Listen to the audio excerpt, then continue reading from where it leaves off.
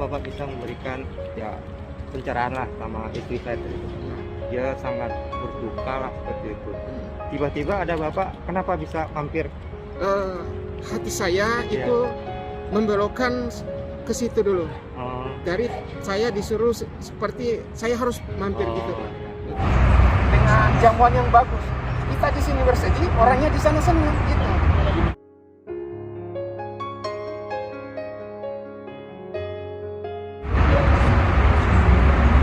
Oh ini Bu, ini barisan itu cuma pintu ya. Itu barisan itu alam, itu jasad cuma kembali lagi kan tangan. Nah, ruh kita kembali ke ruh itu orang-orang mukmin tempatnya di bawahnya arus. Jadi ketika ketika dicabut ruhnya, ditahan oleh malaikat untuk pergi. Setelah dikuburkan, tidak langkah dikuburkan setelah dihidupkan lagi oleh Allah untuk kita. Nah, ketika orang itu kembali, maka dia akan mampu menjawab yang lebih gampang. Setelah itu langsung dibawa ke dirinya. Wama adraka ma itu. Kalau orang-orang yang tidak mengakui Allah itu tempatnya di dasar bumi. Dasar bumi itu tempatnya orang-orang jahat. Tapi orang baik itu dia belum gitu. Jadi setelah ada kata orang 40 hari dia masih ada di sekitar rumah, maaf saja itu tidak benar, hadisnya tidak benar. Begitu ditarik itu ruhnya itu setelah diperiksa langsung dibawa ke India. Sana dinikmati itu dilayani, dijamu dengan jamuan yang bagus. Kita di sini bersedih, orangnya di sana senang gitu. Subhanallah, orang yang meninggal hari Jumat dijamin tidak diperiksa di kubur. Orang dengan hari Jumat meninggal atau melahirkan sudah sudah. Malam Jumat dengan hari Jumat sama. Iya. Jadi hari Jumat dengan malam Jumat itu kepalanya hari-hari istimewa, itu hari raya. Tadi katakan bila yaumul Jumat sayyidah ayyamu para ulul sakin. Jadi hari Jumat itu adalah hari rayanya bagi orang-orang fuqaha dan masakin, dan hajinya bagi orang-orang hadis. Jadi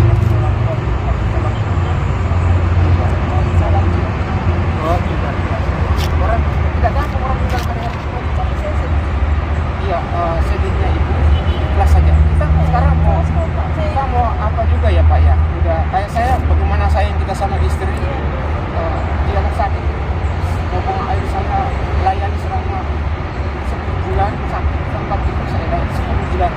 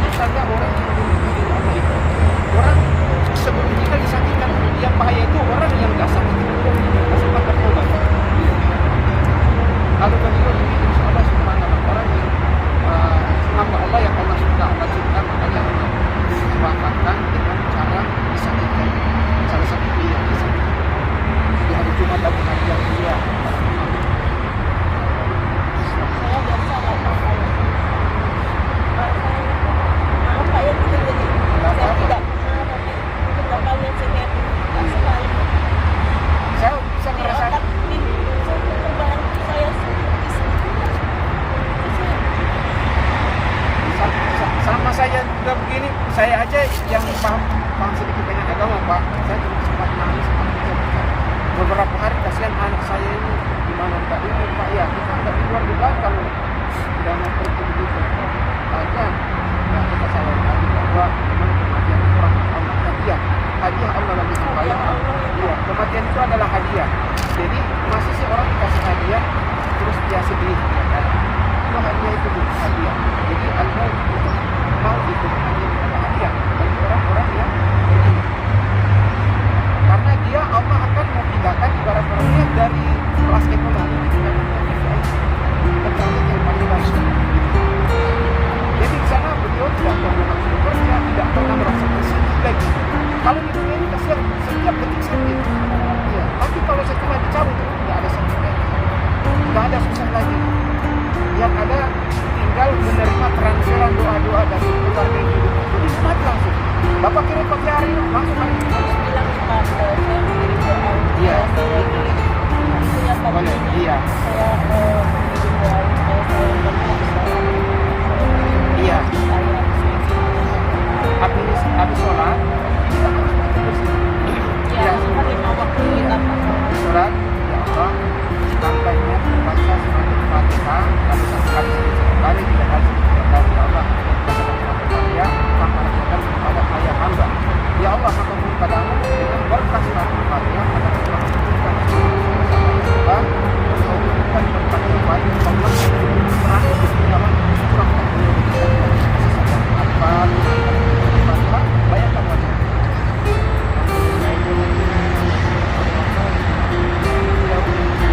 Kita baca ulang aja sampai sambil ayat-ayat dan membayangkan wajahnya dan membayangkan bagaimana Allah kepada kita.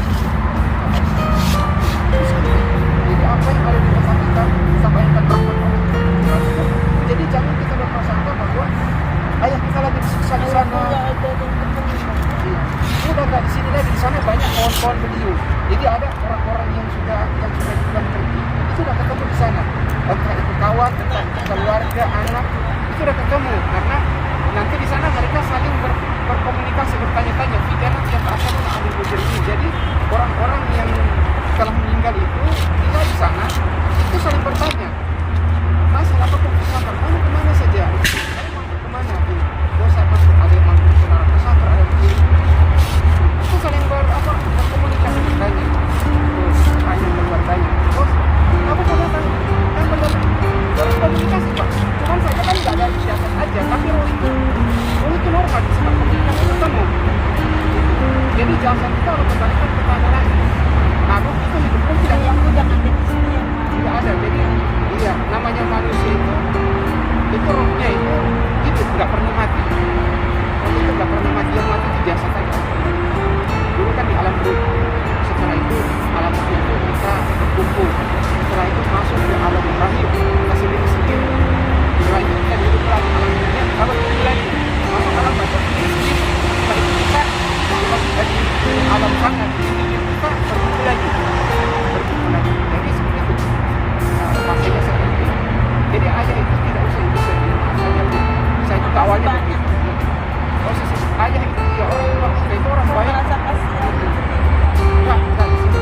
Itu di dalam diri sebenarnya pun ada semua ada setan inilah yang ada di jiwa seperti dia membersihkan hal yang buruk sama kita supaya di situ iya rohnya ini kan jasad itu air tanah biasanya Ya, jadi tempatnya saya kelihatan. iya ruhnya sudah dibawa sama Israel menghadap Allah, dikumpulkan dengan orang-orang muslim lain.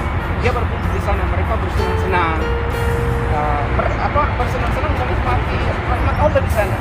Di dunia ini Bu, sebetulnya kita sampah. Allah katakan sesungguhnya dunia itu terlaknat dan apa-apa di dalamnya terlaknat kecuali orang-orang yang Apa-apa. Biarin ya. Biarin aja. Biarin ya. Biarin. Ada apa-apa nggak apa-apa nggak biarin aja biarin. Rezekinya dia. Rezekinya dia. kecuali orang-orang yang bersujud kepada Allah dan orang-orang yang selalu bersandar kepada Allah. Untuk diberikan ini. Nah, saya belajar ikhlas ini Bu, karena itu adalah perjalanan. Allah katakan gini, alladzina idza asabat musibah qalu inna lillahi wa inna ilaihi raji'un. berikanlah berita gembira kepada orang-orang yang sabar. Jadi orang-orang sabar itu akan mendapatkan sesuatu dari Allah. Alladzina idza asabatum musibah, yaitu mereka ketika ditimpa musibah mereka ikhlas.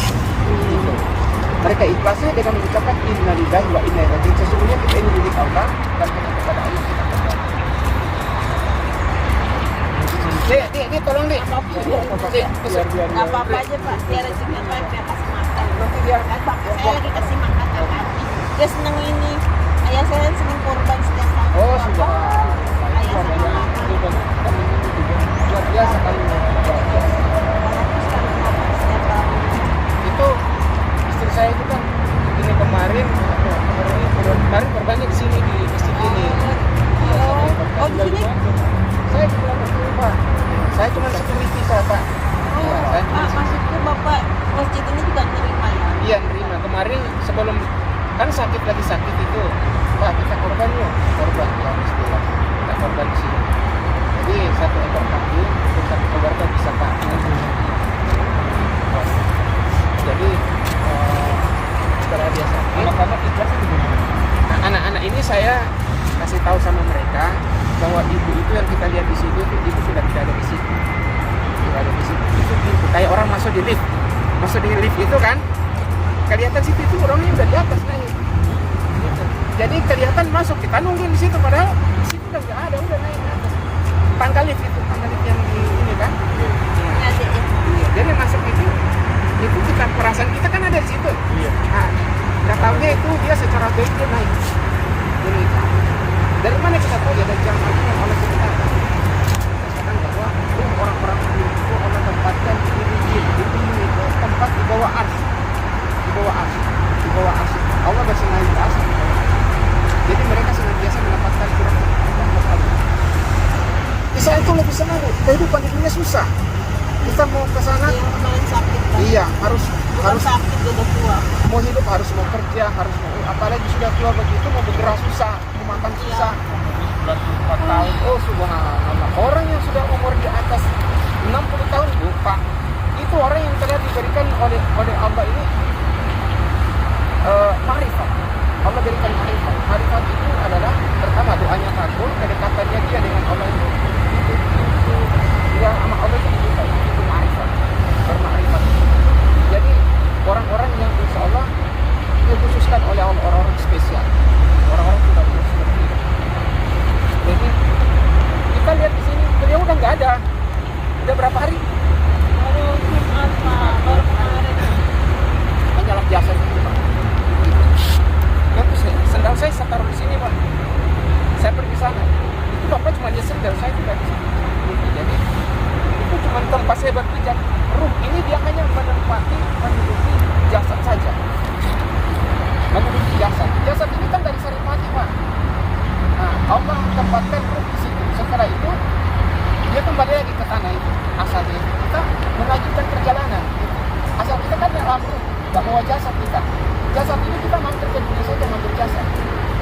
Jadi kita melanjutkan perjalanan. Perjalanan kita itu menuju jannah, yaitu surganya Allah.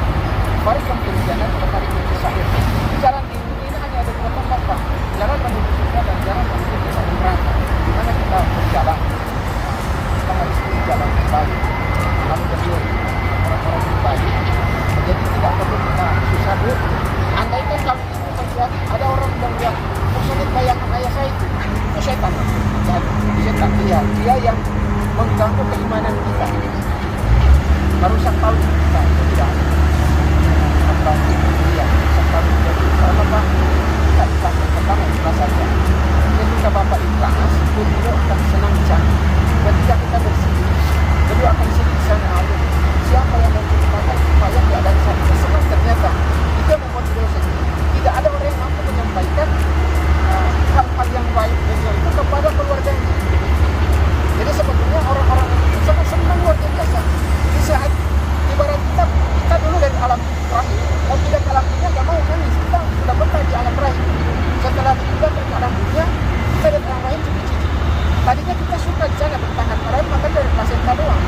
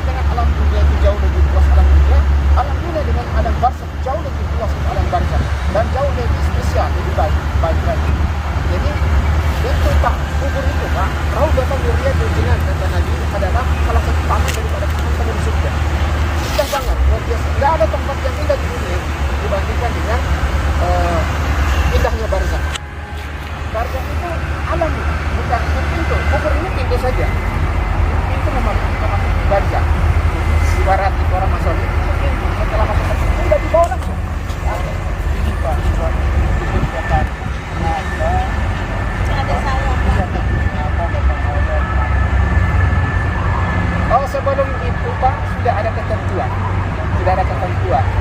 Jadi ketika kita mau keluar dari alam rahim, Allah tanya sebelum MOU, namanya MOU, alastu bi rabbikum qalu bala syahidin, wahai hambaku, ketika kau sampai di dunia nanti kamu menyembah saya enggak? Ya Allah, engkau adalah Tuhan, perintah akan dilaksanakan. Lahirlah kita. Kalau tidak mengakui itu, tidak akan lahir, langsung meninggal. Karena kita kejadian ada sesuatu kesempatannya sudah ditetapkan. Kamu nanti umur 60 tahun. Rezekimu yang akan kamu makan 60 ton beras. Air yang kamu akan konsumsi 60 kubik air, misalnya contoh. Kita tidak akan dimatikan oleh kita sudah 5 tahun. Ya itu sudah ketentuan Pak, surat perjanjian.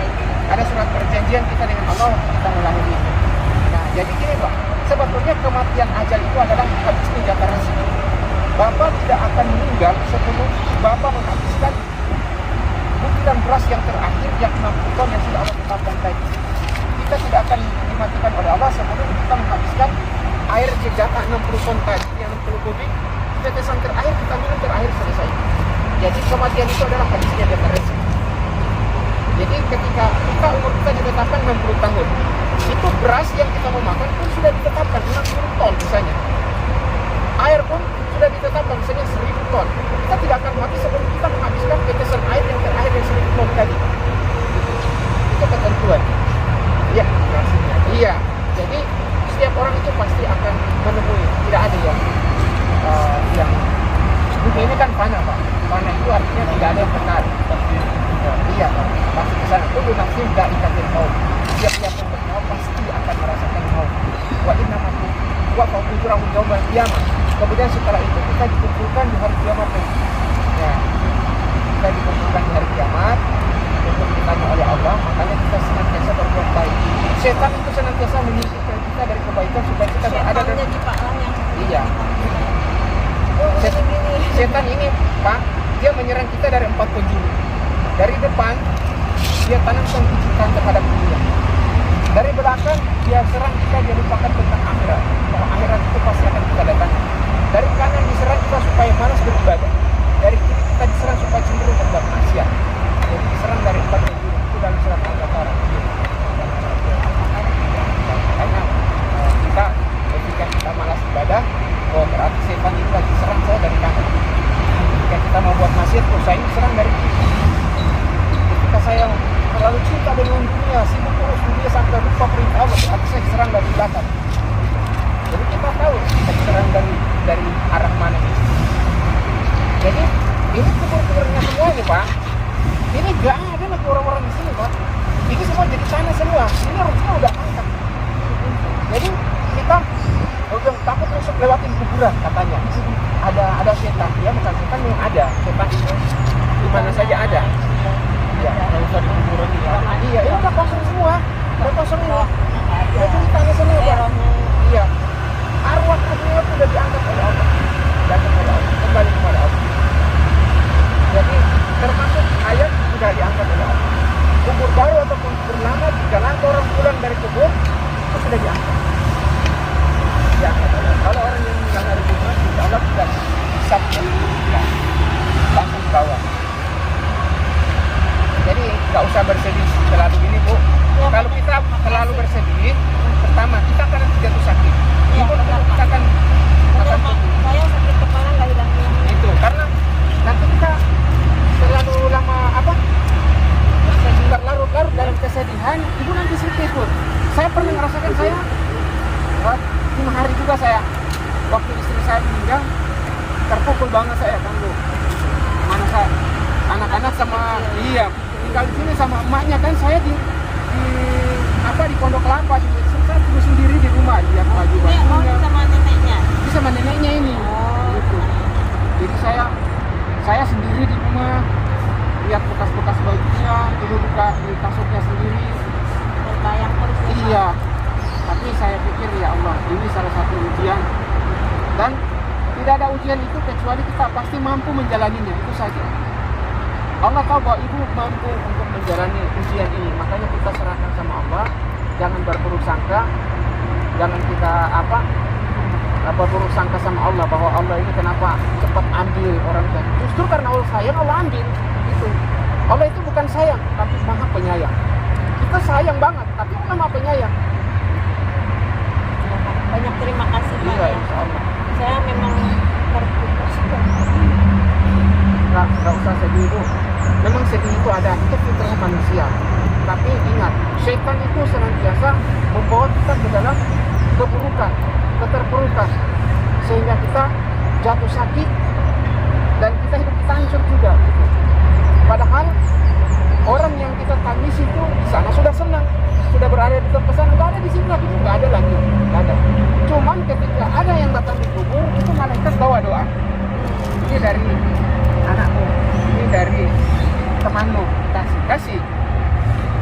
Ada cerita ini Bu, satu di Hayatus Sahabat, ada seorang dia bermimpi. Dia lihat ada orang kuburan itu pada berkerumur itu kayak orang ada pembagian sembako gitu Bu. Nah, tapi di antara orang yang berkerumun itu, yang berebut itu, ada satu orang yang duduk diam saja, dia nggak berebut ikutan. Nah, maka seorang ulama ini dekati dia, ditanya, kenapa kamu tidak ikut berebut sama orang-orang itu? Itu anak saya lagi. Oh ini anak, anak. Iya, Tiga Bapak tiga, anak. iya. 4 ada lagi 1. Ide lagi Iya. Bapak lagi ngasih. Iya. Makanya soalnya. seorang ulama yang bermimpi tadi Pak, dia mimpi dia lihat ada orang di pekuburan itu bangun semua pada berebut sesuatu itu. Maka dia lihat itu orang berebut, tapi ada di salah satu itu ada orang yang tidak berebut. Maka dia tanya, kenapa kamu tidak ikut berebut? Dan kamu siapa? Maka dia jawab, orang itu mereka memperebutkan kiriman dari keluarga mereka. Kenapa kamu tidak ikut berebut? Kalau saya tidak perlu ikut berebut, karena jatah saya sudah disiapkan. Apa amalanmu sehingga kamu itu tidak perlu berebut? Aku tidak punya amalan, tapi anakku di dunia selalu setiap hari dia membaca Al-Quran di pasar, di kantor. Orang nggak di kuburan, iya. Dia membaca Al-Quran. Orang membaca Al-Quran itu amalannya luar biasa. Jadi ibu bisa contoh aja. Kalau ibu kayak punya kelebihan, bisa suruh orang itu baca Al-Quran, tapi dia hadiahkan kepada ayah, itu santri. Sewa dia bisa, itu jasa bisa. Iya.